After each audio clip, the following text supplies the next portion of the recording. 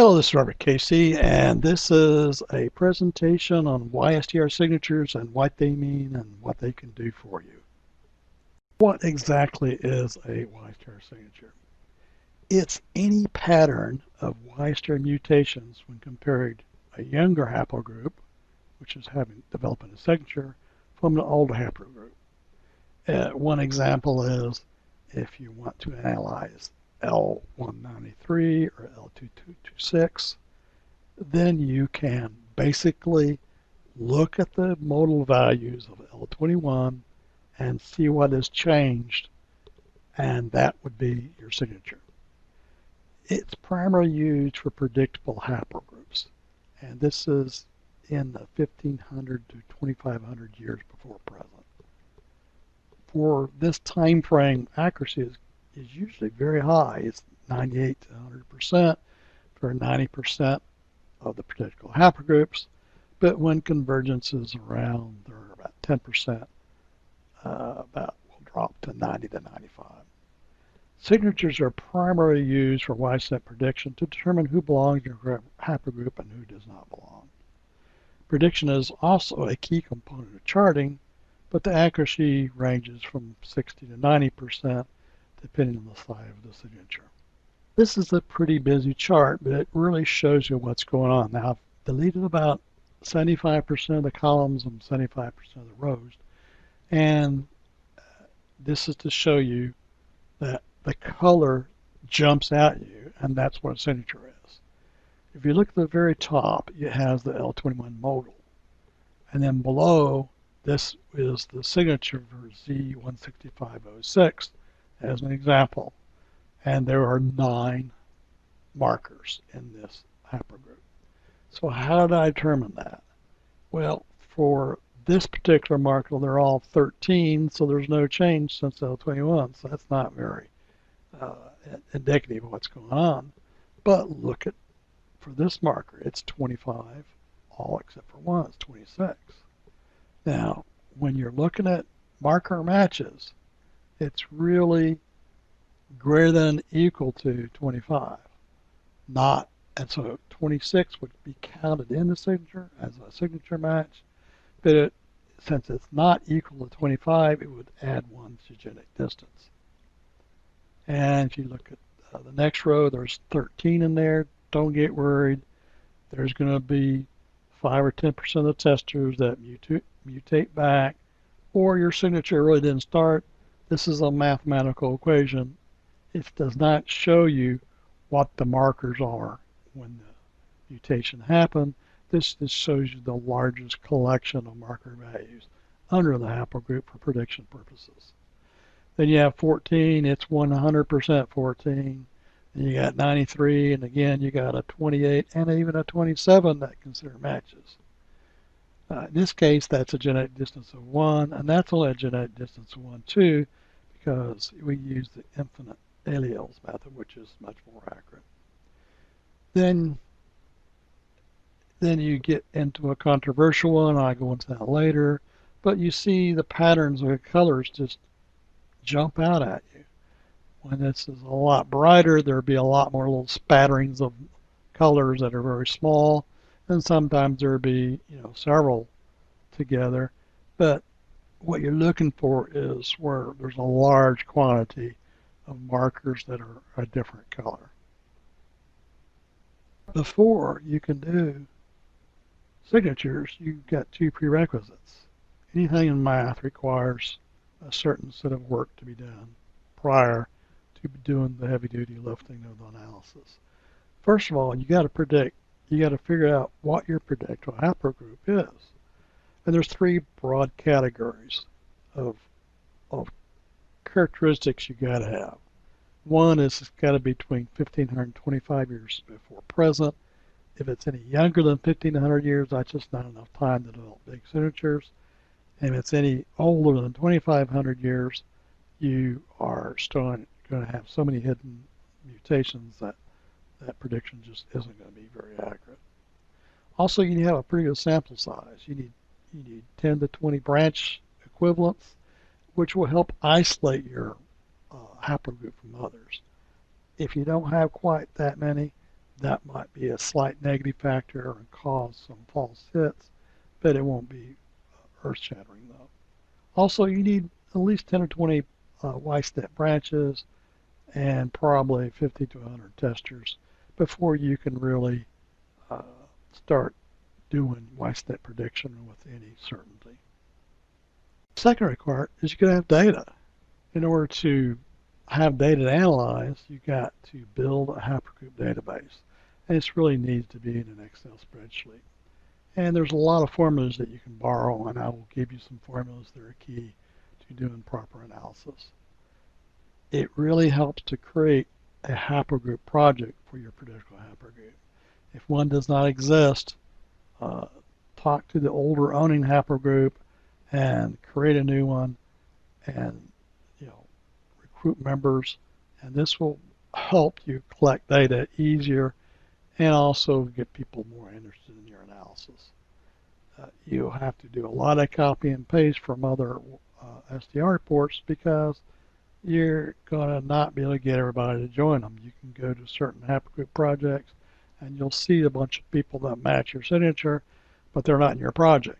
So you got to cut and paste them, which is pretty tedious.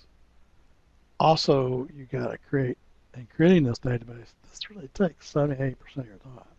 It's not the most glamorous thing or fun thing to do, but more data means higher accuracy. The YSTR signatures have two primary usages. For predictable haplogroups, the primary purpose of signatures is Y-step prediction. So this way you know who really belongs to your haplogroup and who does not. If you do a lot of guessing at it, it's going to be garbage in, garbage out. So you really need a methodical way to get a pretty high confidence level of who is in your analysis, really belongs there. Also for charting, Y-step prediction is used, and it's also based on signatures as well. But signatures for charting are much smaller. They go down to 2 markers, so the accuracy is not going to be near as high, and they're going to move around a little bit over time. But SAP will actually go down to 1 marker signatures, which I don't think is reliable enough to use it. But you won't have that many of them, and it's pretty obvious which ones they are. So you can get by with it being in your chart. We're going to go back to this chart and dig a little deeper into the signatures and some of the variability and some personal choice that you have to make. I try to use the 75% rule to include what's included in the signature or not. Others go all the way down to 50%. SAP, for instance, creates a signature for any analysis to be anything better than 50%. So if you do use 75%, you may have to use /modal to enter your modal value into SAP so you don't have inconsistency between your approach and the way SAP works. If you see the column with purple, those are the kind of the boundary condition ones. At 57%, I don't see any need to include it in this particular haplogroup because there's 9 markers in the signature. If you only had 6, then you might want to start using some of these lower numbered ones because 6 markers is very problematic for Y-step prediction.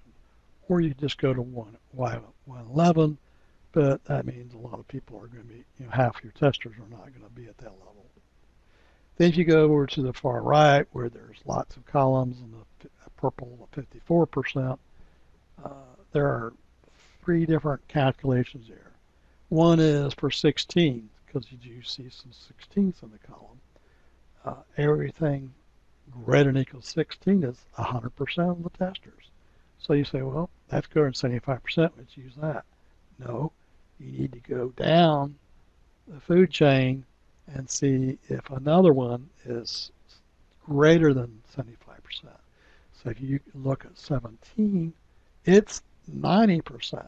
So you need to adjust the signature to greater than or equal to 17 versus 16 because that extra 2 marker jump would really help filter out a lot of false hits. But then you look, there's a lot of 18s in it too, but there's only 54% So 54% is less than 75%. So unless you're just, uh, since you already have this in your signature, I just don't see you using that one at all. So there is some gray area and some personal choice in criteria for selecting what's going to be included in your signature and what's not. Why snitpick? It really works. And for 90% of the haplogroups, you will have accuracy at 98% or higher. That is just something that people should not ignore. Uh, there are two variables in state prediction. A lot of people only use the signature MAC, but you also need to use genetic distance to filter out overlap of signatures but from distant cousins. Because the signatures only have 7 to 10 markers. Sometimes other signatures will map, but if you throw in genetic distance, the rest of the markers are going to become very obviously not belonging to your haplogroup. Signature match is the number of markers that match the signature. This is not just an equal, it's a less than or equal to or a greater than equal to. So anything that's more extreme would count in the signature match, but it would not count in the genetic distance match. It would count in the genetic distance match. Genetic distance counts the marker matches from the signature. These are only not equal to. So anything that doesn't equal to the entire signature and all the L21 basic modal values, those all, if there are differences, those are genetic difference. And we don't use a multi-step, only counts as one. Multi-step are much higher probabilities than two subsequent mutations of the same marker to higher values. That just is a pretty rare event, and it should not be used. So this adds 5 new additional functionalities. First of all, I deleted all the rows where there are multiple testers with the same signature value, and I just wanted to give you a high-level point of view. The first thing is I added a bunch of negative testers. You say, well, why do we want to add negative testers? You need that to train your model, and you need to see what the upper limits are where your signature starts not to work. And AccuStack requires negative input in order to generate the model. The second thing is you notice in the second column it's either 1 or 0. That's input to AccuStat saying, oh, 1 means I have been confirmed to be positive for this haplogroup, and 0 means I have been confirmed via YSTR testing not to be part of this haplogroup. So you don't put any predictive things in here at this point in time. This is putting in only confirmed data so you can train your model to figure out what the values of the constant should be. Then you see the third and fourth column. The third column is the signature match, and the fourth column is the genetic distance from the signature. And then the last column on the right is the actual binary logistic model output generated by AccuStat, which takes less than 3 to 4 minutes on the average for me to run an iteration. The data prep only takes 5 or 10 minutes, so it takes long to prep the data, put the ones and zeros in there and that kind of stuff than it does to actually run the tool and copy all the results down. So if you notice that 9 with genetic distance of 5, you can do kind of a table lookup and say if you have a genetic match of 9 and it's less than or equal to 5, that you match the signature. And at 8, it goes up to 8. A signature match at 8, the genetic distance goes up to 8. At 7, it stops at 5. But then you notice at 8, it's negative, and all the 6s are all negative as well. So if you want to do an empirical YSTR prediction model, you can. Just keep in mind that it's always not going to be quite as accurate, and you have to keep on looking at the table. Where if you look at the last column, it's pretty obvious it's all 1s or very close to 1s, It's all zeros or very close to zero. It takes all the guesswork out. And sometimes those numbers will be 30, 40% or 60 to 70. So you'll know that those are marginal costs according to the model. In Excel and for genetic genomics, you got to use formulas, but these formulas are pretty straightforward and pretty easy. Most of them are count-ifs, and so each time you have one of these count-if statements and you have a plus, if the term turns out to be false, it's 0, turns out to be 1, it adds 1 to the number. And so if they're all true, and there's 7 of them that are in the formula, then the count will come back 7. So this is just the way to calculate things. And it may look real complex, but it really is not. N is the column for marker 390. V is for the marker 39-1. So those are just the columns where these markers fall into. And then 20, that's just the 20th row of where probably is going to be the 5th tester or something like that. But that just varies for every row. And you can just copy and paste the new rows and all the row numbers update and all the other stuff remains the same. And if you delete a row, you don't have to worry about it because Excel will adjust all the values below it properly to make sure that the formulas still work. And this is one cautionary tale is you don't want any blanks inside your spreadsheet because when you sort, it will corrupt all these macros and that kind of stuff. So you don't want any blanks inside the area that you're analyzing at all. And here's a genetic distance formula. And it's a lot longer. It requires 65 positions because we don't use CY markers because they mutate way too fast to be reliable in charting or prediction. But usually the only thing that's different from the L21 modal, which you should have a copy of, which is in the spreadsheet, is all you have to do is change the values of signatures. If you have 7 signature markers, or 9 in this case, you have to do is just go in and edit those 9 to match the signature, then you're done. So it's not that big of a deal.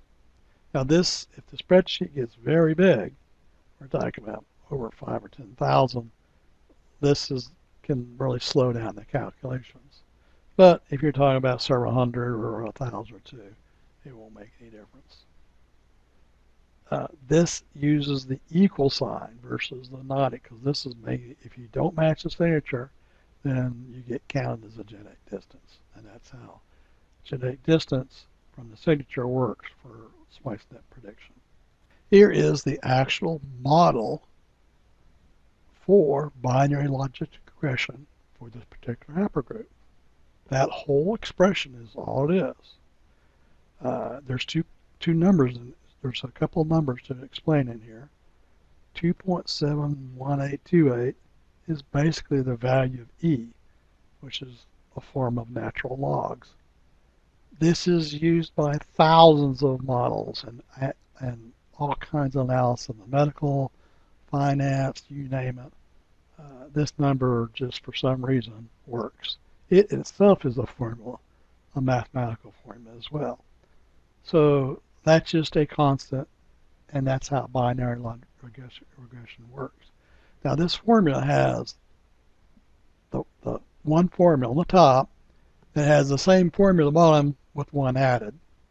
And so basically, they're just, that is the way the formula works. That's the binary regression model.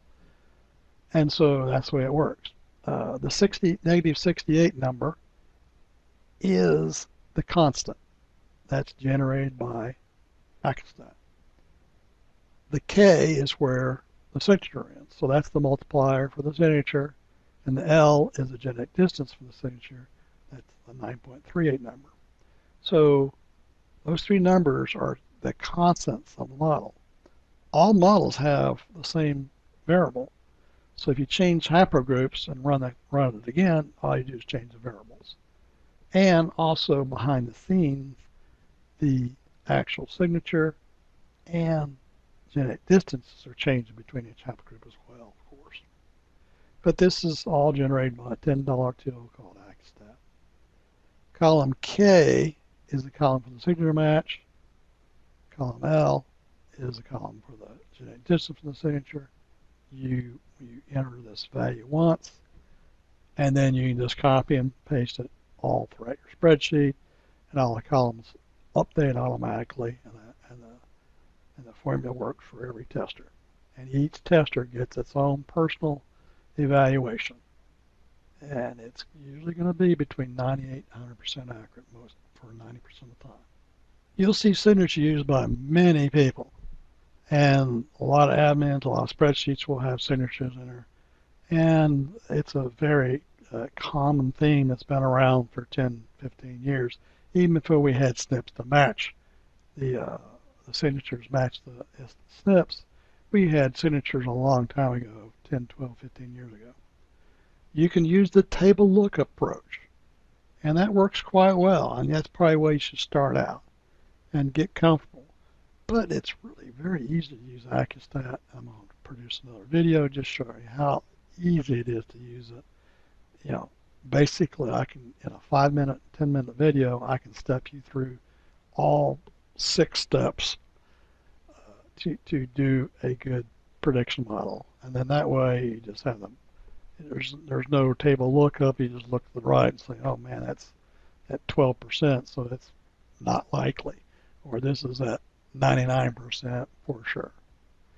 Prediction is almost always at Y67.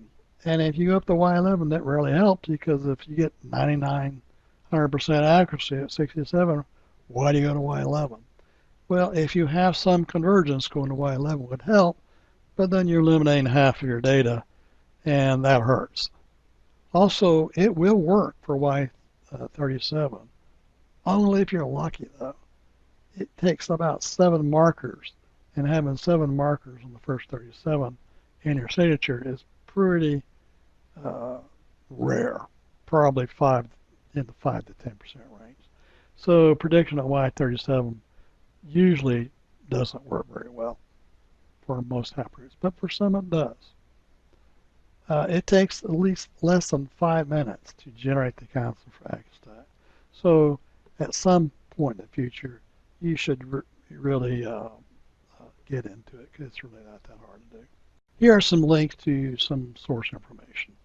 If you want to find out more about AccuStat, here's a link to their website, and right there is just a download button for $10. You can put it on your computer. It takes less than 5 minutes to get installed up and running. Also, if you want a copy of the Excel macros for the particular Z16506 shown in this presentation, here's a link to that particular spreadsheet, which you're glad to use, modify, and add delete columns to your will. And also, the long-term goal is to have a nice chart. For RL226, I generate a chart manually because SAP doesn't work beyond 600 markers or 600 testers. So I've been having to do it manually for a long time. This shows the power of charting. And YSNP prediction gets you to, signatures allows you to do YSNP prediction. YSNP prediction allows you to verify what data should be included in charting. And then charting is the end result. And we're getting a very favorable response for the charts, because it puts it in a form that people can understand. It's like a box to Senate chart. And if you're not doing charting, you should definitely start out using SAP tomorrow. Here are several other YouTubes that I have created that are related to this subject. First of all, as I mentioned earlier, one of the criteria is determine your predictable haplogroup.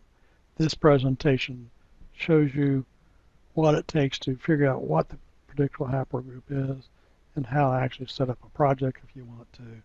And it goes into the details of really what most people are doing anyhow, is conducting haplogroup analysis. The second chart dives into the Excel portion, how you need to create your Excel, what should be in it, examples, that kind of stuff. The next one is a deep dive into YSTR prediction. It gives you a much better feel and a lot more comfort level of how a math works in this situation. And then I have a presentation on charting and how it works. And then to give you a better idea of how SAP works for charting, I have done a step-by-step detail for one particular haplogroup, and I step you through all the really good things about SAP and some of the things that could be improved in SAP. But SAP just takes all the sweat out of the manual charting, which is very tedious work. So SAP is a great thing. I use it all the time, and I wish it would do mine better because I have a much bigger data set that needs to be analyzed.